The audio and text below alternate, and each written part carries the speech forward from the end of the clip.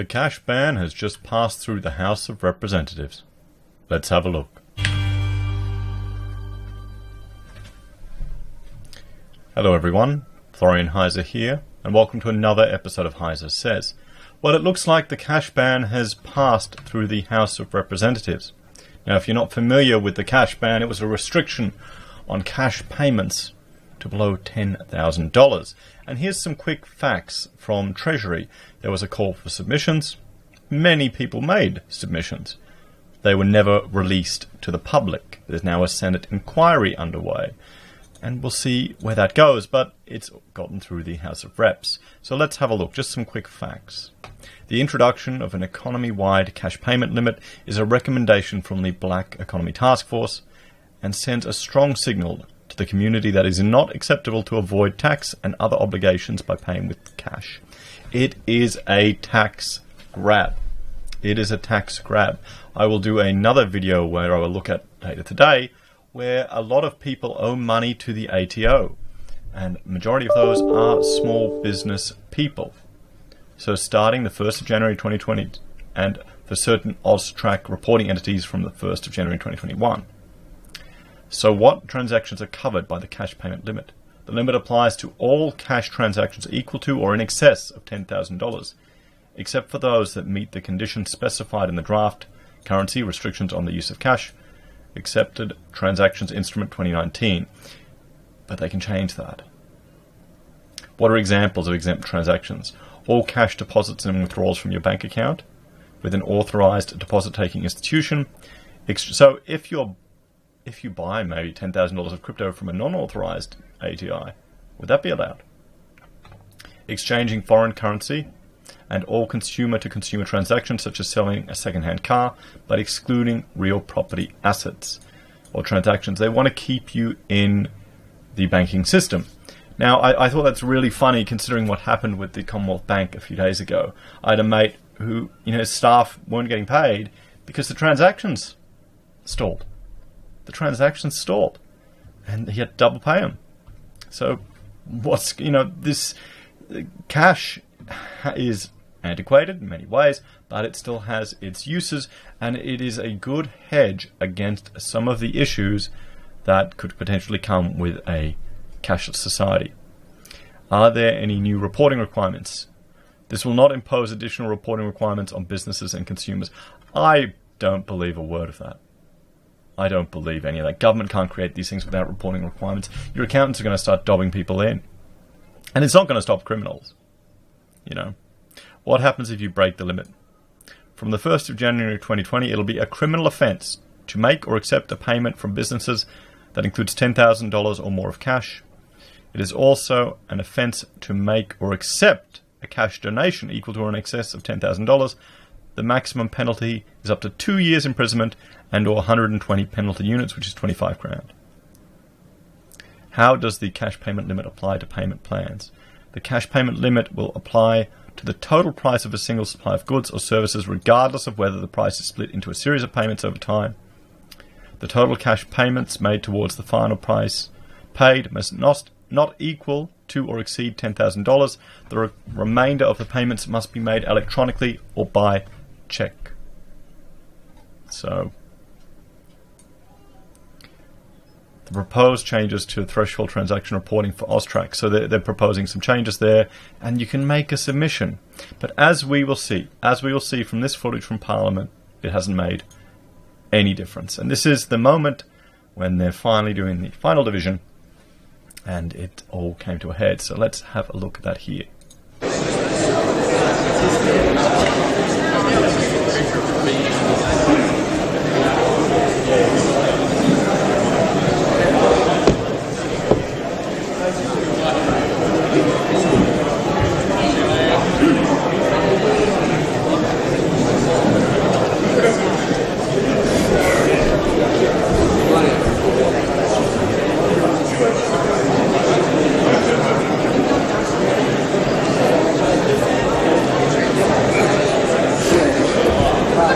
Remind members it's a 1 minute division.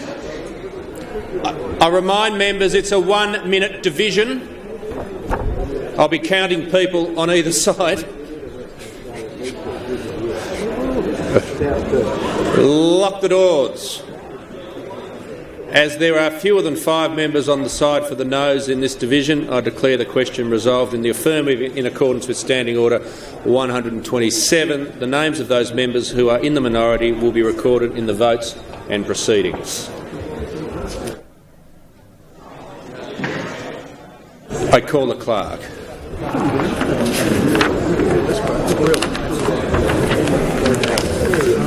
Second reading, a bill for an act to restrict the use of cash in transactions and for related purposes.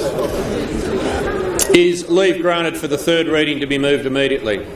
The member for Brand. Leave is granted. The Minister. Thank you, Mr Speaker. I move the bill now be read a third time. Question is the bill be now read a third time. All those of that opinion say aye. To the contrary, no. The ayes have it. The clerk. Third reading, a bill for an act to restrict the use of cash in transactions and for related purposes. And there it's done.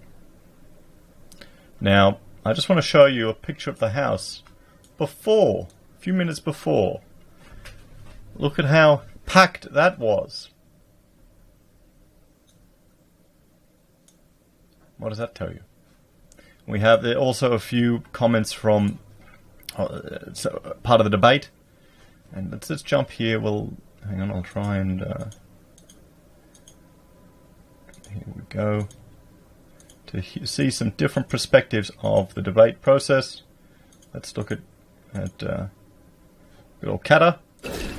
Is very relevant to what we're discussing here today. I don't know whether the schools still have compulsory reading of 1984 and Brave New World, but the idea that Big Brother is watching and that you have no right to privacy, they were both profoundly scary books, and they were meant by the people that wrote them to be scary books. Big Brother is watching you all of the time. In China, one of the ugliest communities on earth, there is a camera for every 3 people. And the cameras have an ability to face identify.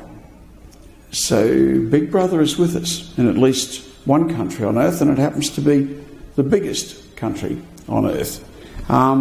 Speaker, if ever I've seen Big Brother is watching legislation, this most certainly is it. Now, it is particularly relevant in one of the industries that I come from. I've had cattle all of my life. But when the banks take you from 6.5% to 29%, and I have no ability to protect myself, then I think I am entitled, because the law forces that upon me, that I'm entitled to dodge the law. And I would say many of my brother cattlemen, I would put that figure at maybe 25 or 30%, when the banks start screwing them. And I repeat the figures. And I know the figures because I was a person that borrowed at 6.5%. And the year before we sold the St Francis station blocks, I was paying 29%. And I can assure you I was not Robinson Crusoe. The banks just take it upon themselves. You've signed a document, which is not a contract. There's no obligations on the bank's part, as Henry Bourne Higgins, one of the great jurists of this nation's history, said to the courts, a contract made by a single person is not a contract.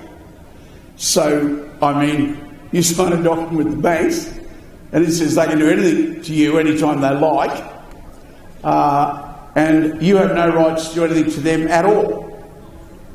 So they can simply take you up through huge interest rates. In the infamous case, which probably had 8 or 9 million hits on the internet, the Charlie Follott case, one of the great Australians, Charles Follott. In that case, he had kept his interest in repayments. He thought he had a contract. And if I keep my interest in repayments going, and he went hungry to keep his interest in repayments going. He lived in grinding poverty because he's a very honourable man, a very God-fearing man, a man that says his prayers in the morning and the evening every day of his life. And he felt that if he had a contract, he had to fulfil it.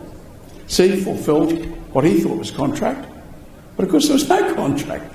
There's a contract with one person, not two people. So by definition, it wasn't a contract. But he kept what he said was his side of it. And the banks just said, well, we don't think that you've got any hope pulling through. All the banks thought your equity is lower than we want your equity to be now. So we're just going to sell you up, which they proceeded to do, Mr. Speaker. So I think Gada makes an interesting point there, where we've been locked into this system now. We've been locked into this system. And you saw at the end, you know, how many voted for and against. So guys, I will link to this the footage from Parliament if you'd like to watch it in full. I might go through these and you know, watch it in length before we do a live stream. All right, we'll see. But let me know what you think. I honestly would argue we need to have a greater variety in the House of Representatives. We need to shift the window.